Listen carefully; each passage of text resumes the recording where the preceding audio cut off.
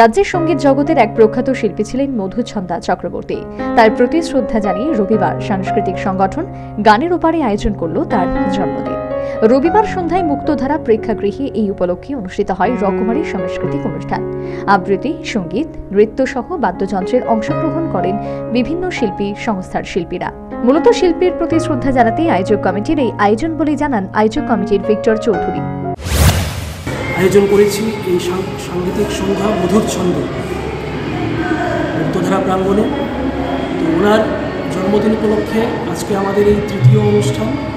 এখানে রবীন্দ্রসঙ্গীত, শাস্ত্রীয় সঙ্গীত, আধুনিক সঙ্গীত, এর পাশাপাশিও থাকছে নৃত্যানুষ্ঠান, তারপর গিটার, তবলা, লহরা, বিভিন্ন পরিবেশনা থাকছে।